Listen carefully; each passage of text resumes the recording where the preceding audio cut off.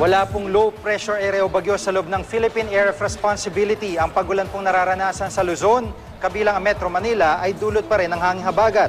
Lalo naman itong pinaigting ng bagyong Haikui na kasalukuyang nasa ilagang silangan ng Taiwan. Ayon po sa datos na nakalap ng Weather Central, hindi na ito inaasahang papasok pa ng PAR. Pero bukod dito, isa pang shallow low pressure area ang binabantayan ng Pag-asa. Huli itong namataan sa layong 770 kilometers sa silangan ng Northern Luzon. Sa ngayon ay hindi pa raw ito nakakaapekto sa bansa.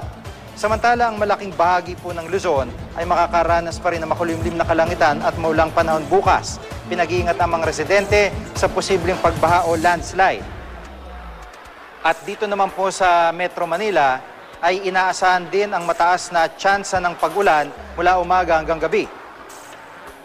Ang Visayas naman po ay magiging madalas din ng pag-ulan, habang malaking bahagi naman ng Mindanao ay makakaasa ng mas maaliwalas na panahon.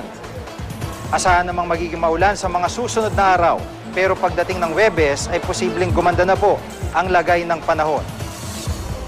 Ano man ang panahon, magplano, magsiguro, makibalita sa GMA Weather.